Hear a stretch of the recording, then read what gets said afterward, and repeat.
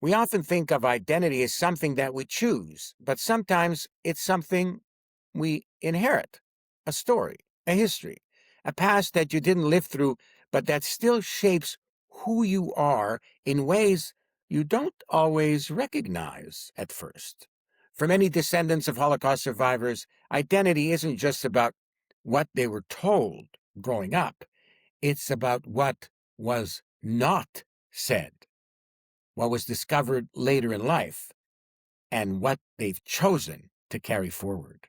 What does it mean to inherit something that's incomplete or even unknown? And how does that history influence the way people see themselves, their families, and their place in the world? I had the chance to speak with Stephen and Judith Wertheim, a remarkable father-daughter duo who speak to young people about Stephen's parents' experience during the Holocaust. I should mention that my mother passed when I was about 5 years old, 5, 6 years old. So the influence wasn't as much from her, but from my father. The interesting thing is that I think what he ended up passing on was an abiding acceptance of other people and a great belief in social causes, as he had been on the other end of hatred. So it's interesting. I often hear a lot of negative, but I think I got my sense of working on social justice issues and the like from my parents, from my father. I never heard a hateful word about another ethnic group in my family. We always, when we moved to Cleveland, we lived in an integrated neighborhood. We went to school in a very diverse school district. They lived a life that was, I think his experience, frankly, I don't want to say it was positive, but the way he treated others was what I learned.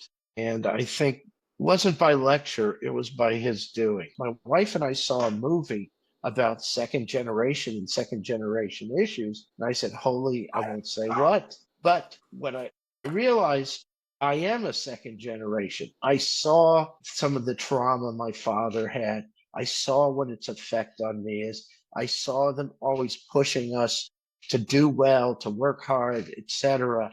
And I realized, yeah, I guess I am second generation. And so for me, it was a direct experience. Our family were big talkers. So, I know that Opa, which is what we called my grandfather, he would tell stories about his childhood. He would tell us, about growing up in Germany, but he'd also tell us about he told a story about getting his bike in England and being allowed to ride it around on his own and kind of a little mischief he got in.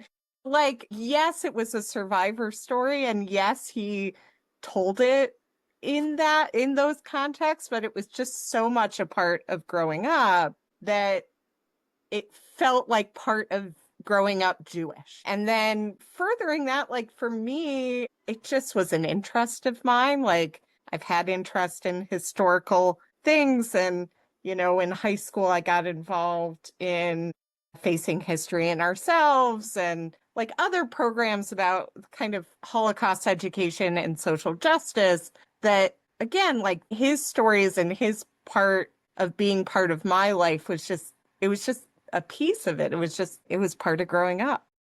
Mollie Bowman, the managing director of Living Links, had fond memories of her grandmother.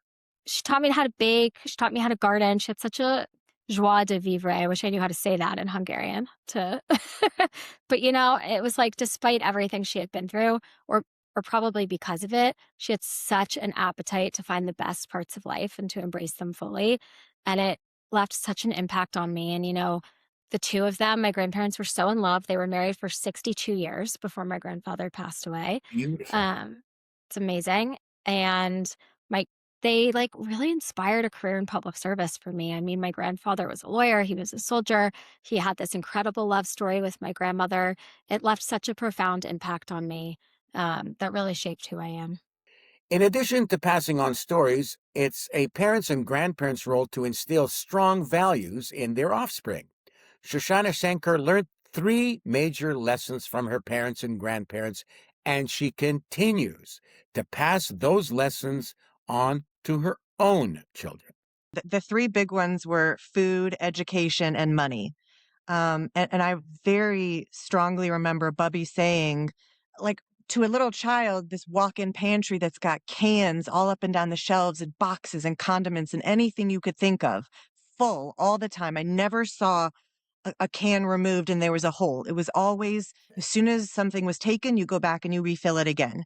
So for a little child to see all of this around me, it was very impactful.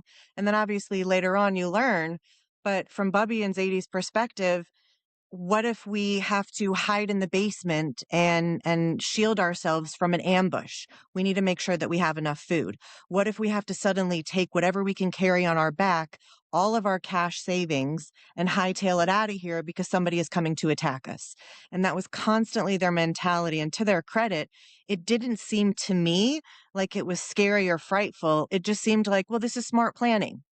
Right. So in my home today, I have a giant walk-in pantry that is always full. The shelves are always packed. Saving money is super important. Financial stability was something that they imparted to us. And somehow, all these survivors, they're just amazing. I'm sure you have similar stories where they came over here with nothing, Right. and then they made massive successes of themselves. So Zadie Aaron did incredibly well. He paid for all of the grandkids' higher education, because that what was so critical. The more educated we are, the better life can be for everybody, not just us.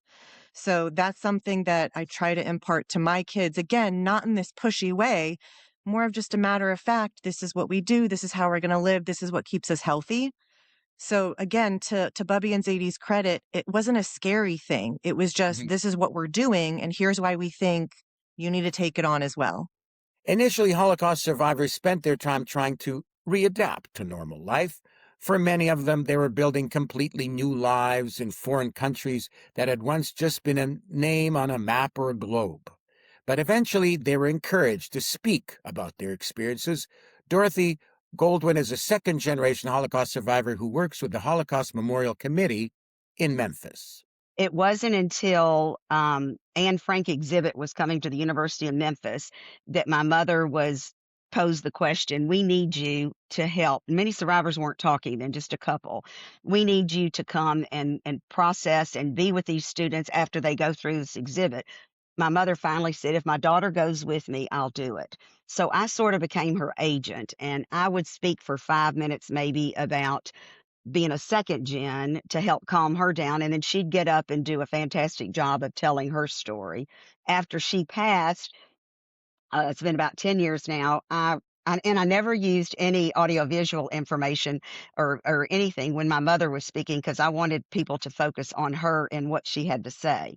Since she passed, the way I continue it is I got my father's story, because he was in many camps. He was at Auschwitz. He was in Buchenwald. He was liberated he was on the death march. His story is pretty intense.